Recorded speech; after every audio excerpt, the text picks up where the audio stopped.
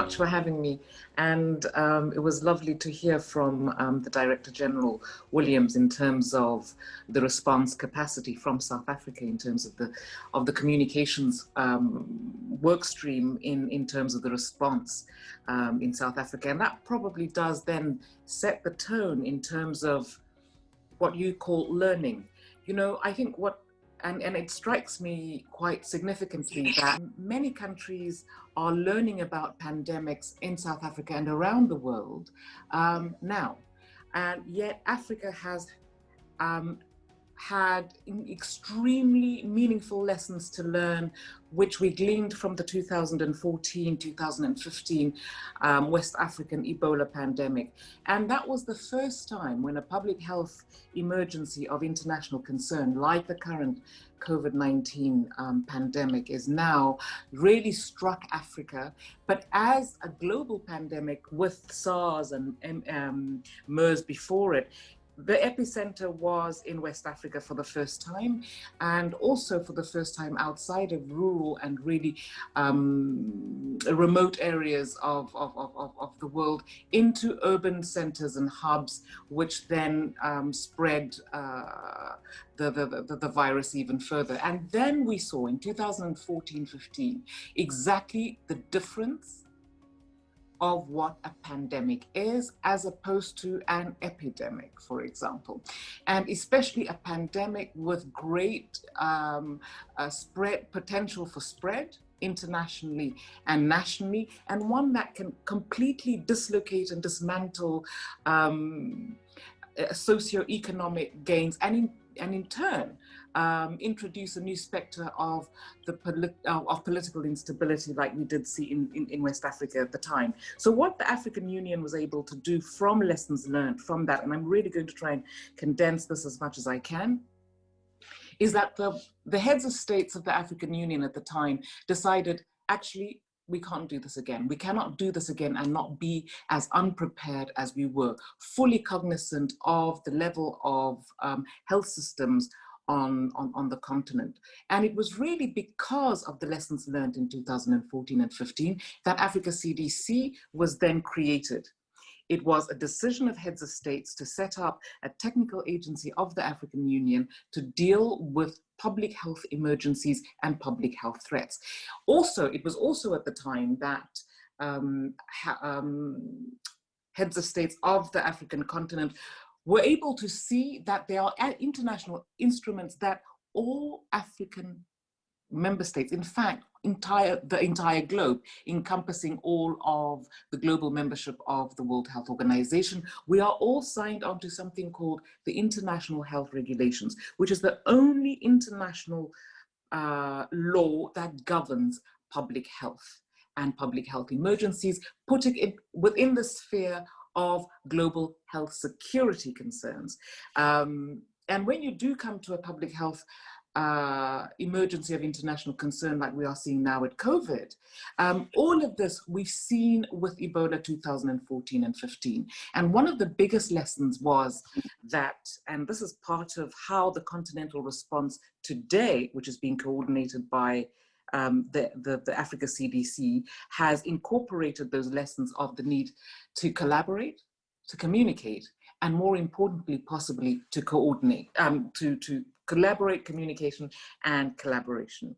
And that began on the 20th of February this year, after Africa registered its first COVID-19 case in Egypt on Valentine's Day, on the 14th of February. Almost a week later, the entire membership of African health ministers held an emergency meeting in Addis Ababa to come up with a continental plan for that collaboration, coordination and communication. And it is that continental strategy that has been in place since the 22nd of February that is being fanned out across the continent and domesticated throughout the AU membership. And that is really where the African Union is leading. When we talk about communication, this has always been a learning curve, because one thing that we see from one pandemic to the next, and what people forget, is that Africa is probably host to the biggest number of public health threats on on the planet. We've had pandemics before. In fact, when COVID-19 came to pass, we were already dealing, and I'm sure Jessica Ilunga will tell you about this, we were dealing with an Ebola pandemic, which was also a PHIC, for almost 2 years. So that's why Africa was better prepared, because we have experience of pandemics. And DRC, and I'm sure Jessica Ilunga will talk about this, is paradoxically one of the most prepared countries to deal with a public health emergency of international concern, for the sole paradoxical reason that it has had so many before to deal with. And we're not talking, whether we're talking about cholera, whether we're talking about Zika, whether we're talking about Ebola, and whether we're talking about yellow fever. So the experience in dealing with public health emergencies of international concern has really been well covered on the continent. And if you do see places like Liberia or Sierra Leone, where I was serving for the United Nations during 2014 and 15, is that one thing that was very clear is that communication during a pandemic is not communication during peacetime, because people don't listen in the same way, nor impart and receive information in the same way when they are panicked and anxious and are not sure of what tomorrow will bring, and the lack of autonomy that brings with it. And so communications really is the foundation of how governments run their national responses. And we've seen this, that all AU members now have what we call our emergency operation centers, where there's sort of an integrated incident management system, of which risk communications is a really integral part. Because what it does, it is the transversal link to all of the areas of work needed to be able to mount a response. And basically what risk communications does is not just to communicate. I think a great part of communication during a pandemic, when people are feeling out of control and they're therefore angry and distrustful, is credible communication from one source that remains consistent.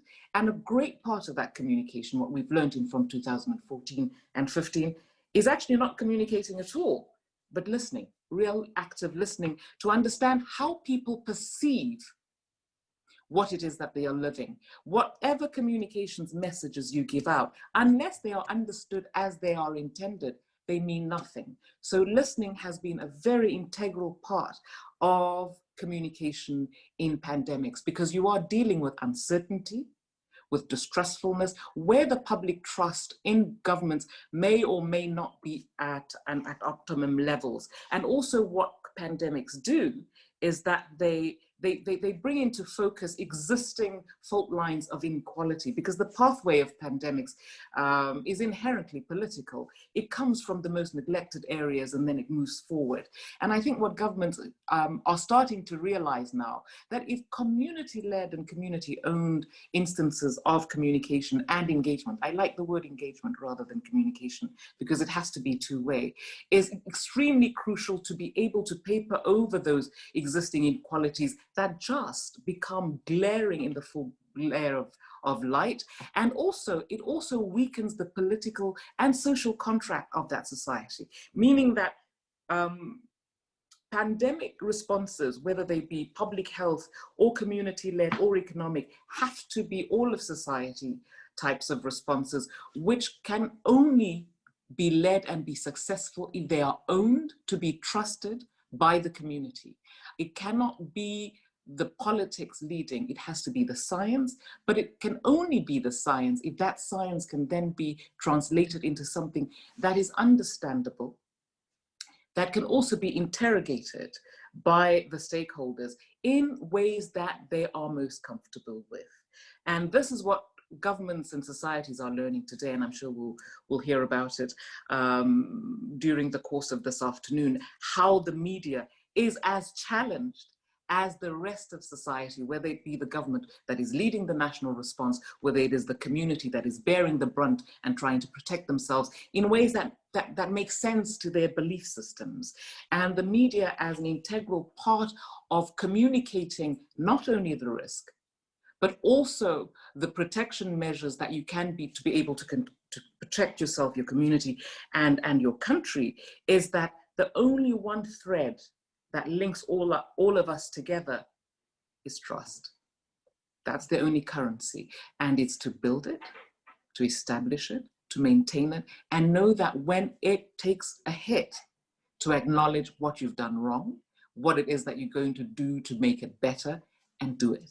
So I'm really interested in the conversations that might follow today, because at a continental level, what we are seeing is this new expression of the current status of the social contract in all its diversity, and how the legitimacy of our leadership, whether it be political or otherwise, or even in the communication space, is how to be a credible voice by being truthful. It's not about what we know. And I think part of the communications in pandemics is rather talking about what we don't know, because what we're doing is dealing with uncertainty. Let me stop there and listen to the rest of the